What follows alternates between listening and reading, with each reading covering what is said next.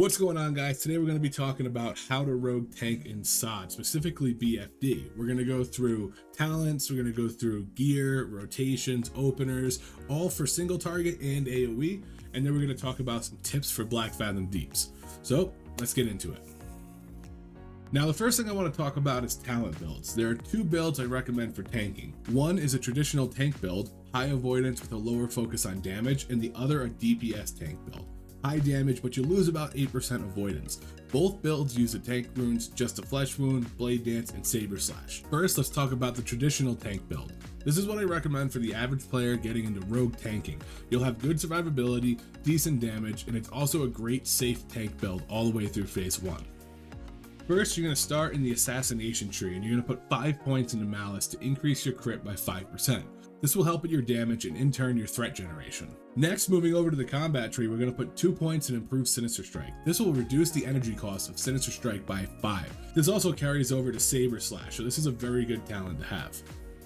Next, we're going to put 3 points in Lightning Reflexes, which increase your dodge by 3%, again increasing your avoidance, making you a little tankier and a little bit more survivable. Moving down, we're going to put 5 points into Deflection to increase your parry chance by 5%, again increasing avoidance, but also unlocking the last talent point, which goes into Riposte, a strike that becomes active after parrying an opponent's attack. This attack deals 150% weapon damage and disarms a target for 6 seconds.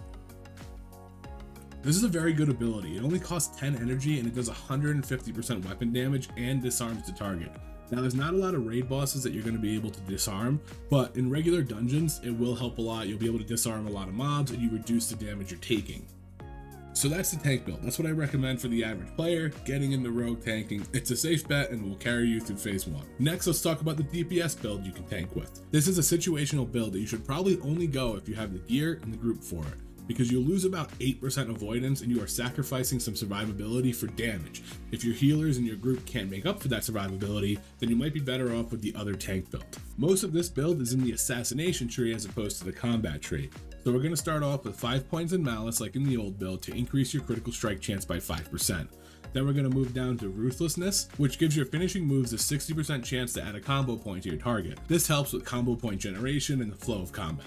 Next, we're going to put 2 points into Murder. Increase all damage against humanoids, giants, beasts, and dragonkin by 2%. It's very minor, but 2% is still an increase. Next, improve Slice and Dice. Increase the duration of your Slice and Dice ability by 45%. This really helps you maintain it a hell of a lot easier because it lasts about 31 seconds at 5 combo points as opposed to the original 20. Lastly, we're going to put a point into Relentless Strikes. Your finishing moves have a 20% chance per combo point to restore 25 energy. This means if you finish at 5 combo points, you will always be generating 25 energy. Really big for moving into the next combo point generating ability.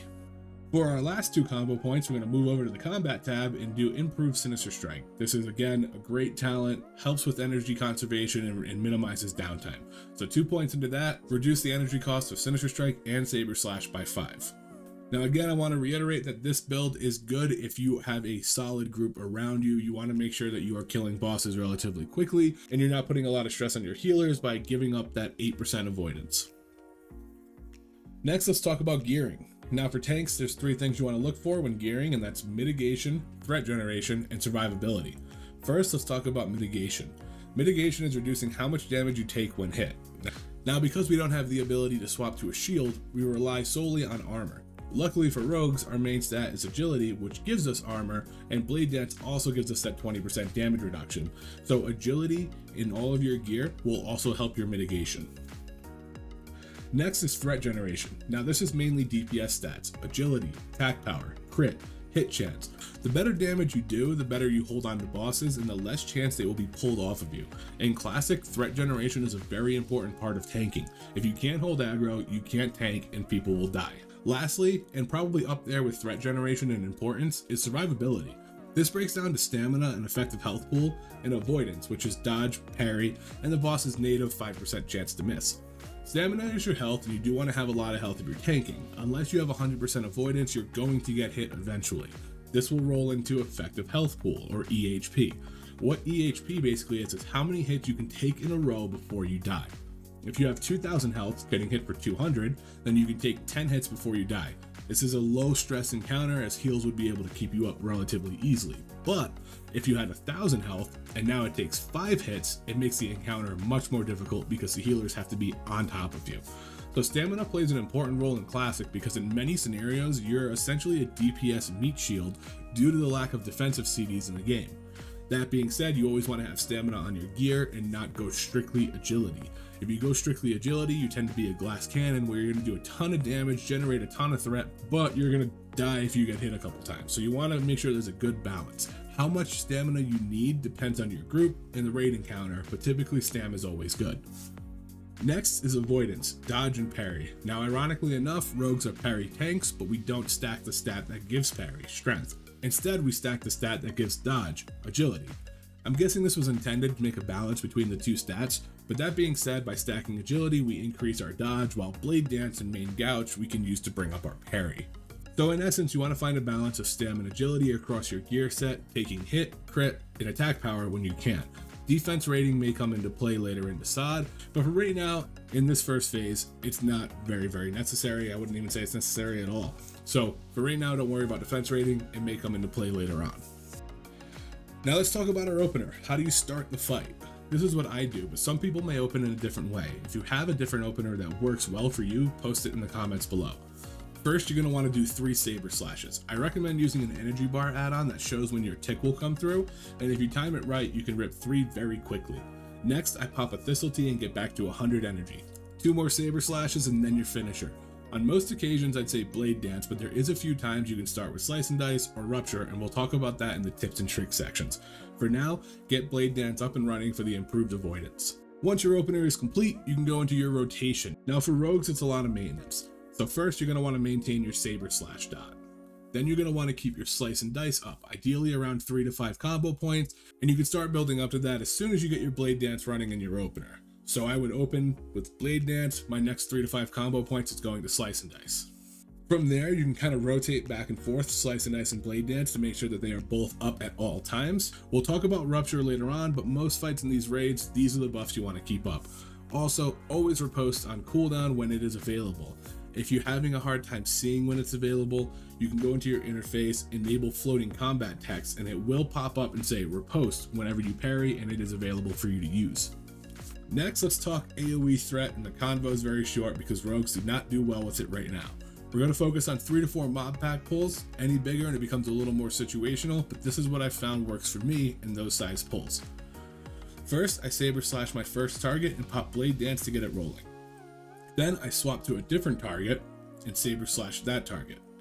Hopefully at this point you've parried and have a riposte ready, and if you have the energy you can re-up blade dance or use slice and dice on your current target, but if you don't, you can swap to the new target and riposte that target. Then you're going to swap to your 4th target and saber slash and re-up blade dance. Now if a target gets away from you, taunt in between swapping targets. Adds don't one-shot people, so if you need a second to use a combo point, take the second, use it, then swap and taunt. From there, you basically keep that style of rotating hits. Because of the swapping, it's unlikely you get a 3 to 5 combo point on a target, so I tend to finish at 1 to 2 and rotate and let my DPS do the damage while I hold the threat. Next, I want to talk about some Black Fathom Deep's tips and tricks. Now, this is usually the most fun part of the video because it's things that either some people didn't know or overlooked, and you might find something new. So let's get into it. First, Baron Aquinas doesn't melee. There's no reason to keep Blade Dance up. All he does is cast Frostbolt. So Blade Dance reduces physical damage where he's not dealing any physical damage. So you don't need to use Blade Dance. So in your opener, instead of doing a 5-point Blade Dance, do a 5-point Slice and Dice, and then start building into Eviscerates and Slice and Dices and rotate back and forth between those two. Also, Sinister Strike does more damage than Saber Slash does without the bleed effect, and Baron can't be bled. He also is immune to poison. So instead of using Saber Slash, swap to Shadow Strike and then just use Sinister Strike in the fight. If you ever get knocked off, you can vanish and Shadow Strike back to Baron. Next, Rupturing on Gamma is very good, especially if you have a Mangle debuff on him as well, because melee hits do so little damage that Slice and Dice loses a little bit of value. So you might be better off keeping Blade Dance up and Rupture up as opposed to Blade Dance and Slice and Dice. If your other tank can solo tank Gamma, then sit back and take a DPS roll. Envenom and Deadly Brew are phenomenal on this fight, and Envenom hits so hard.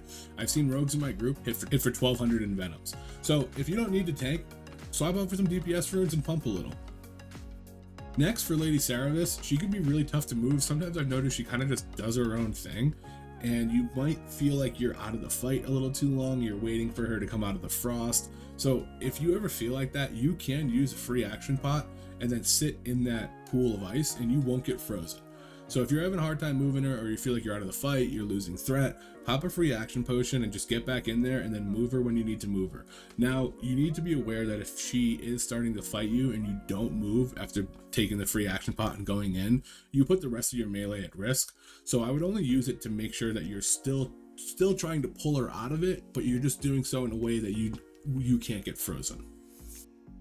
Now for Gelihast, he does a couple different moves, but his Shadow Strike is what deals the most damage, and it also puts that debuff on you that increases the shadow damage you take.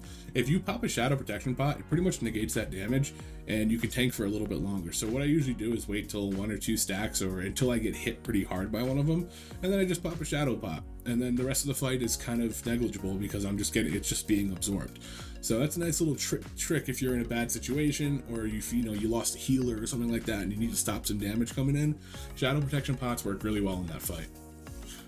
Also, you can stand behind him on the Murloc phase, or I guess in front of him because he turns around and walks back. And there's a little patch of land that Murlocs won't walk into, and you still have to avoid the Shadow Crash, but Murlocs won't walk into it. So all you have to do is sidestep a little bit left and right to avoid those shots, or if you get hit, I think they deal like 300 damage, so it's not even the end of the world if you get hit. But while you're behind him, you can attack. You might do 1 damage and not do really anything, but you can maintain your Saber Slash dot. You can build combo points to make sure you're going into the next phase prepared. And if you're not tanking the scenario, you can use it to keep your deadly poisons up. So it's still good to be hitting them. Don't just go sit off to the side. All your stuff will drop off. You won't have any combo points going into the next phase. Get behind them, build combo points, keep your maintenance buffs up. Next, we got tips for Lorgus Jet, and Lorgus Jet is easily the worst rogue tank fight in the game because you have to swap to those totems. Whether you're swapping to all of them or just the lightning totem, it's a pain regardless. You have to lose combo points. You really just have to swap. But what I found out that if you're fighting him and that comes up and you have 5 combo points, you don't want to waste the 5 combo points. What you can do is turn your back for a second so you're not hitting him, use the combo point, and then swap. That way you're not wasting those 5 combo points. Now, if totems are an issue in the group and you're not getting the corrupted lightning totem down fast enough, just keep enough damage on Lorgus to keep threat, but pool your energy and spend your combo points before it's going to come up so that you can swap right away and then just burst it down with a couple quick attacks.